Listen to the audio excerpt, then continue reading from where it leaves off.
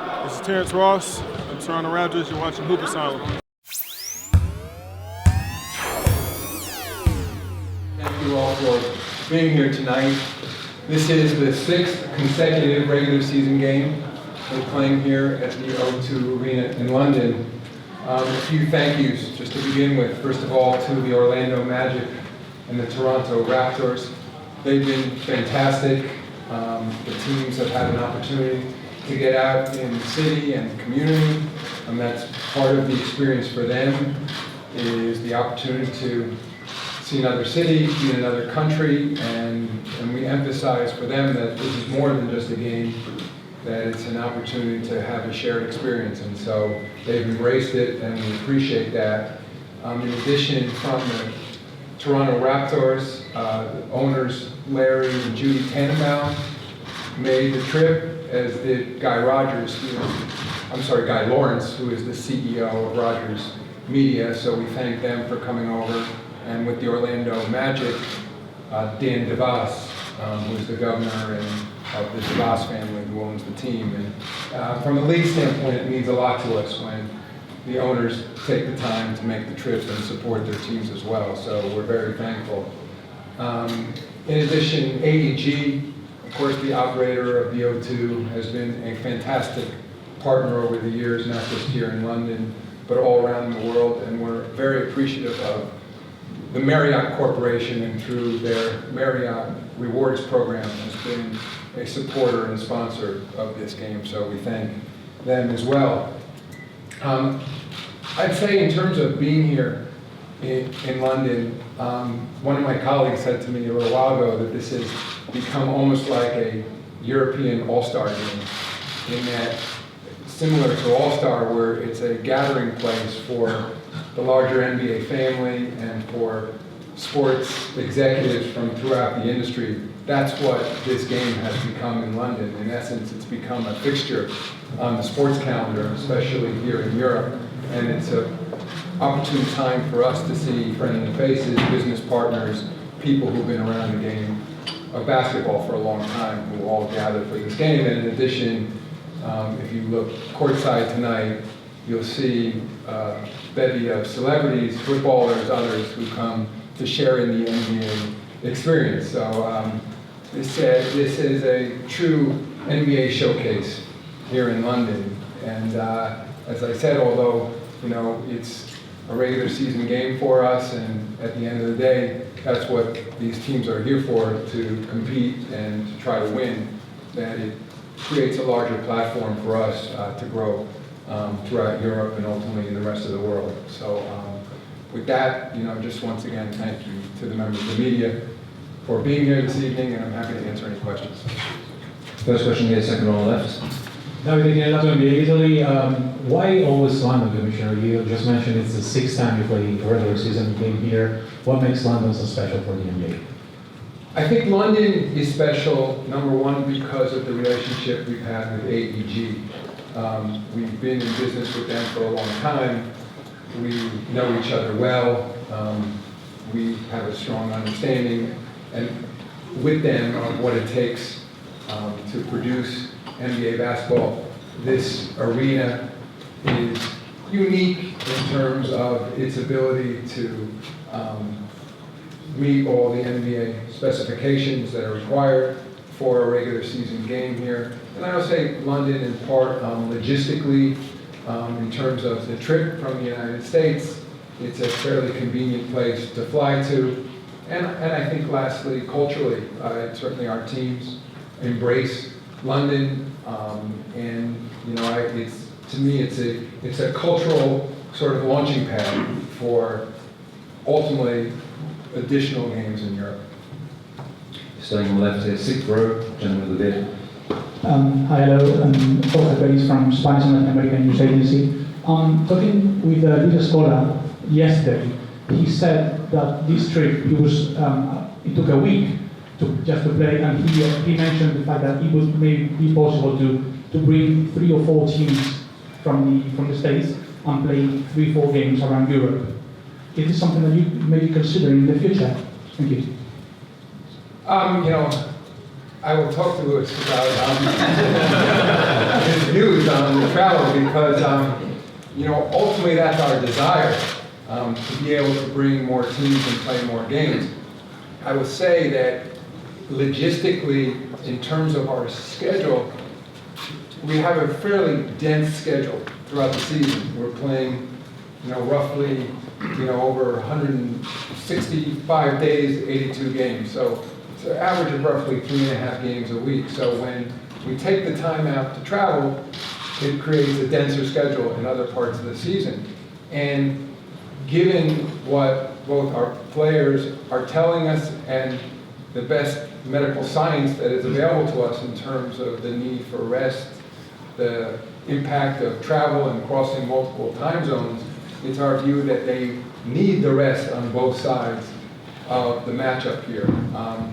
Whether the players could do more, play more games when we're over here, that's something we'll continue to look at. Certainly in the preseason, we've played more games. During trips, teams had traveled from one European city to another. So in the preseason, we've done more, but I think there are the competitive pressures as well to ensure that our teams get adequate rest. And for example, to Mr. Scola's point, that both teams will not play again until Monday back in the States after the game here, of course on Thursday evening. And so, we feel we're building in the necessary rest. Whether, we could, squeeze the schedule a little bit more is something we'll look at. Right hand side, third row, black shirt. Hi, I'm here, Mark with ESPN.com. Can you talk a little bit about where you see the state of the Nets right now? I know you've reached out to Mikhail Prokhorov about where the club is. Where are your chief concerns and what are you looking for from him? Well, ultimately it's Mr. Prokhorov's team to operate. I'm not particularly concerned. As I always say, there's the ebb and flow of the operation of every team, and there's no doubt a fairly steep learning curve for owners coming into this league. And I think in the case of Mr. Prokhorov, he had experience with another club, CSKA Moscow, operating in the EuroLeague, a league that doesn't have a similar salary cap type system that the NBA has. And while he demonstrated a willingness to pay way up above our salary cap into our tax, what comes with that are also restrictions on what free agents you can sign, and also he went for it, so to speak, in terms of bringing in some high-profile veterans and traded away some future assets in order to try to win early in his tenure. I think as he's acknowledged, lesson learned on his part in terms of just how difficult it is to win in this league, but I find him to be an extraordinarily bright individual. I think sometimes his glibness at his press conference is, mistaken for, a lack of understanding of the league. I think he has a deep understanding of this league, and like what happens in other businesses, it comes time to reset. And I think he would be the first to acknowledge that although he's replaced a key executive in Billy King, that he was part of that process along with Billy, but it comes a time in the life of the general manager where they need to change direction, and that's what he's now doing.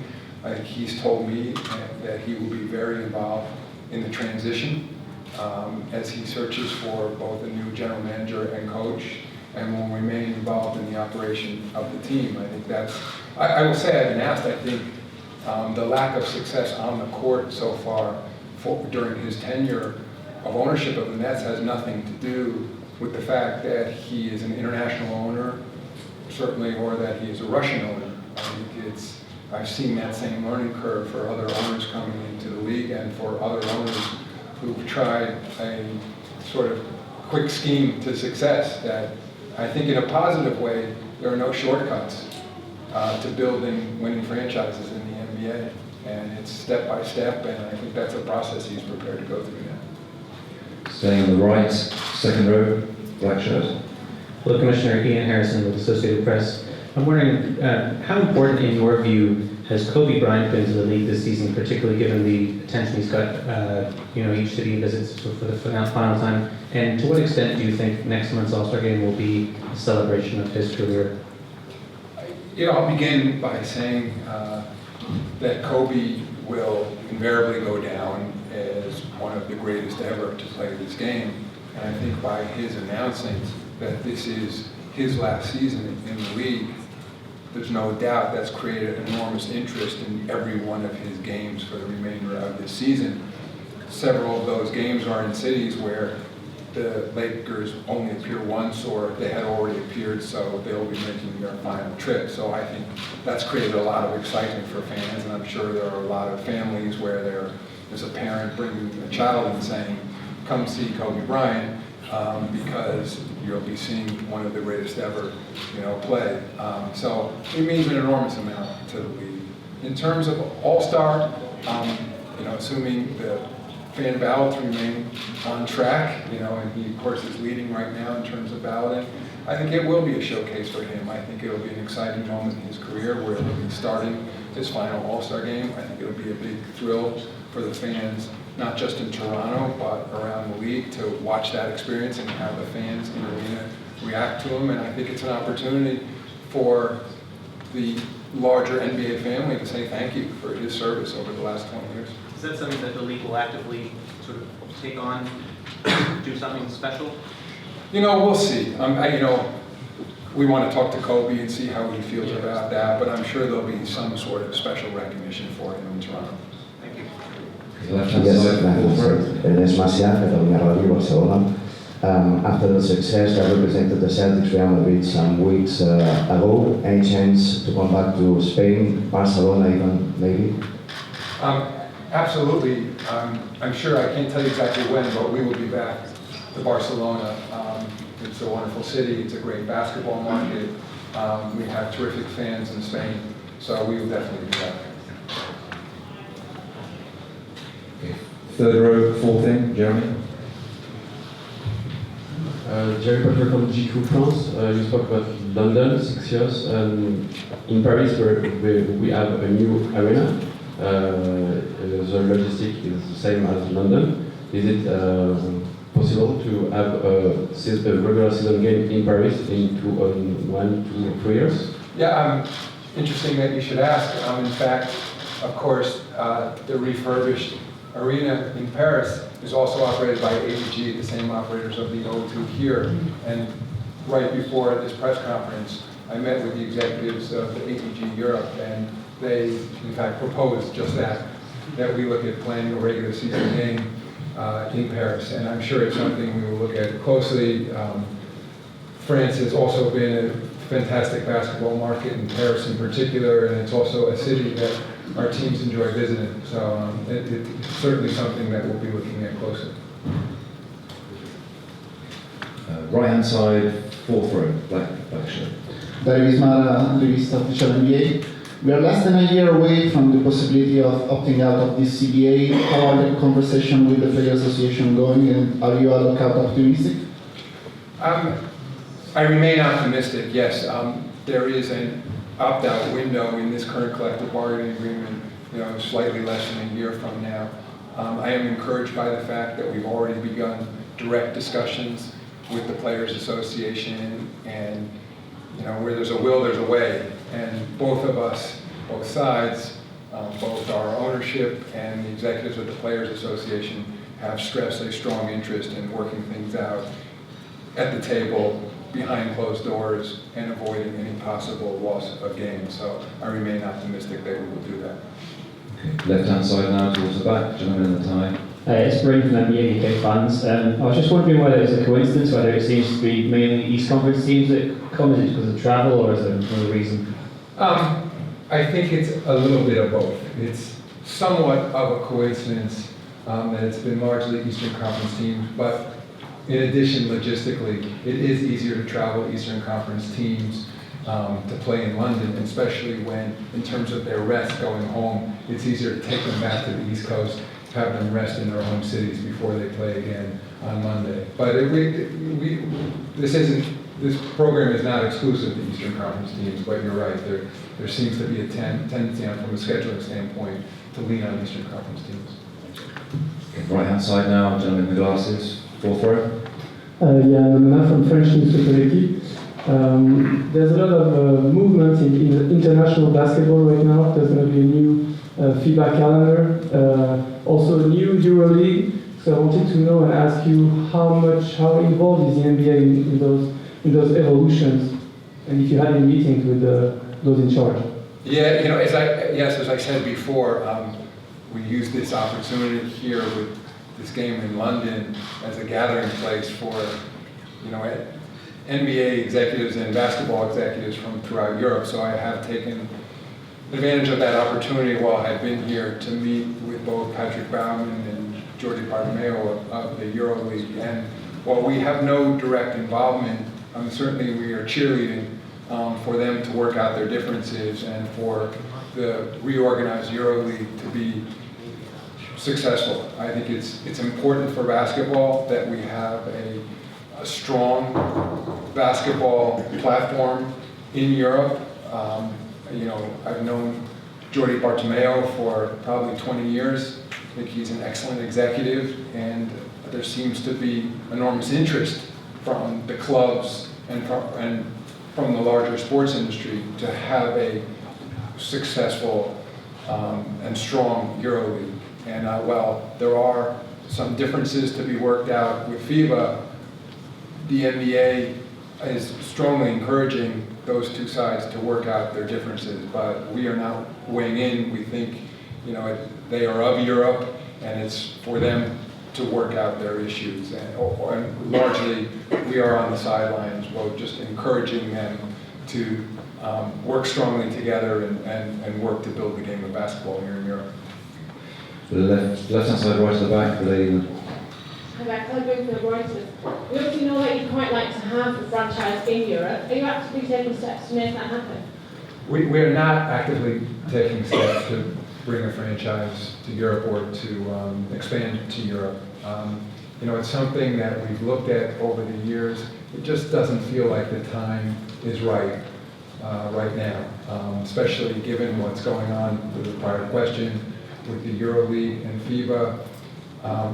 We think the best place for the NBA right now is to showcase an NBA game here in London, to play our preseason games here, and to work on a grassroots level to develop the game. But at the current time, we are not looking at franchises in Europe. Well, the Amsterdam Austria press agency, there is no Austrian until now in the NBA. But as we have a prospect now in 7-2 play 12 of the youth, what would you think about the first Austrian ever in NBA? We can't wait to have the certain And your next question is, will we be playing a regular season game? We right now, this year, we had 100 players on our opening day roster who were born outside of the United States. So I would love to add Austria to the roster of countries from which our players come from, and good luck to that player, and I hope I get an opportunity to greet him at the NBA draft one day. June 23rd. Okay, thank you. Staying on the left here, third row, check shirts. Mo Moose from Star News. A number of top strength and conditioning coaches have said that the prevalence of injuries to young players coming into the league now is caused by the amount of games they play at an AAU, high school, and a young level. Do you think this is a problem? Do you think players should cut down how many games they play when they're young?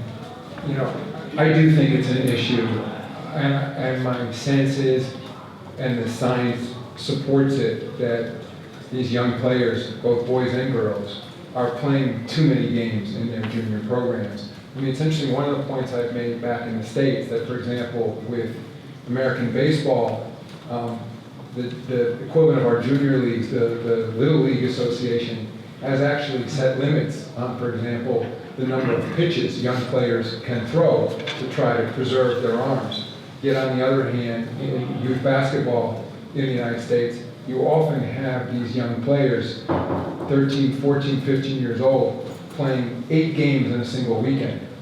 And increasingly, we've come to understand from our medical teams that when these players come into the league and they're examined through our combine, through our camp, before they even enter into the draft, we're now seeing some of the wear and tear injuries that we used to see in players after they played in the league for several years. And so these players are not overextending themselves. And I think equally important, in addition to the fact that they're potentially playing too many games, I think that also takes away from their work on the necessary fundamentals to become great players as well. So we and the NCAA college basketball in the States, we've had discussions jointly about how we can come together with USA Basketball, led by Jerry Colangelo, and set a protocol for these young players. And I know Jerry Colangelo has told me it's something that through USA Basketball, he's very focused on. And we ultimately, I think as stewards of the game, have to take responsibility for helping to fix that problem. Right hand side now, fourth row. David Schertson, NBA Turkey. Are you going to watch an All-Star game in Europe in the near future? Other than this sort of All-Star game, again, we would love to figure out a way to do it, but it's also logistically very difficult because of the travel to Europe and the travel home from Europe. I should note that this year we're going to be in Toronto next month for the NBA All-Star Game, which is the first time we played an All-Star Game outside of the United States. So while we don't have to cross an ocean for that All-Star Game, it's a start to be outside the United States. And again, I there's no question it's something that we'd like to figure out a way to do at some point. I think it would be a fantastic experience for everyone, and I have no doubt the players would welcome it, so long as we can build into the schedule adequate rest coming over and then adequate rest before they return to the regular season back at home. Staying on the right, sixth row. Hi, Bastien Tanier, Trash Talk Friends. We've seen games on Sunday earlier. Now this year, more games on Saturday. Earlier, we know there's an attraction, obviously, to the Asian market, as you did in the past. Are there going to be changes like those in the future schedule, maybe to change games even earlier? A good question. So one of the things we've worked on doing this season is, in order to have a regular slate of games in prime time on Saturday nights here in Europe with 5 or 6 hour time difference, we've set a regular schedule of games on Saturday afternoon and Sunday afternoon back in the States on the East Coast.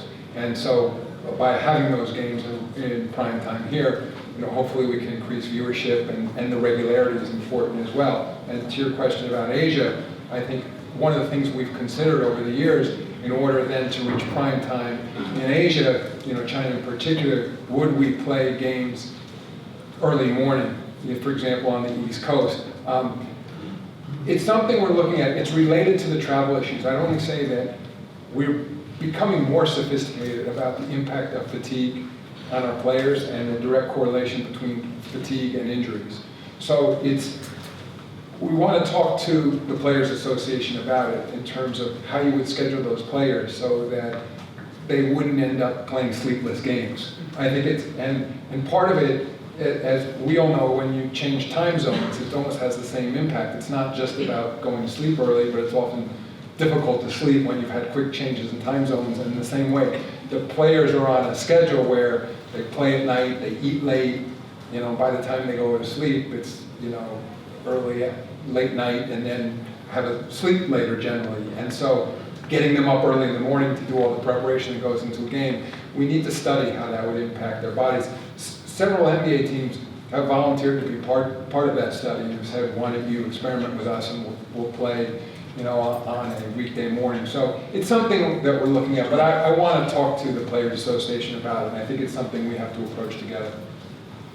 Final question on the right, second row in the red. James Parr, Orlando Magic Daily. Like I said, 6 consecutive games in London, this one sold out in an hour. What's the next step to really progress this event? The next step is to continue to work on a grassroots basis here in Europe. Again, what's important for us, while selling out a game in an hour and bringing in a tremendous media interest and a telecast on BT Sport. That's all fantastic for us, but it's got to be part of a larger program. These games just can't be viewed as one-off experiences. And so for us, and working closely with Ben Morrell, who runs our London office, we want to make sure we're part of a larger platform to grow the game. So while we're going to continue to play these regular season games, I think we're working closely with FIBA, closely with the EuroLeague to continue building the game of basketball here. And as I said, we want to make sure that it's not a spectacle to come in with two teams and then have interest drop off tremendously once we leave. We want to make sure we have an ongoing impact, and some of the things we do to build on the impact of the game is to have clinics in schools while the teams are over here and to support other grassroots opportunities. So I'd say that there's no so-called silver bullet here. It's just step by step growing the game, working with youth, working in the schools, and working in the community to develop the game. Great. Thank you, Adam. Thank you very much. Thank you all for being here. Thank you. That concludes today's press conference. The transcript will be available on Media Central shortly. Thank you.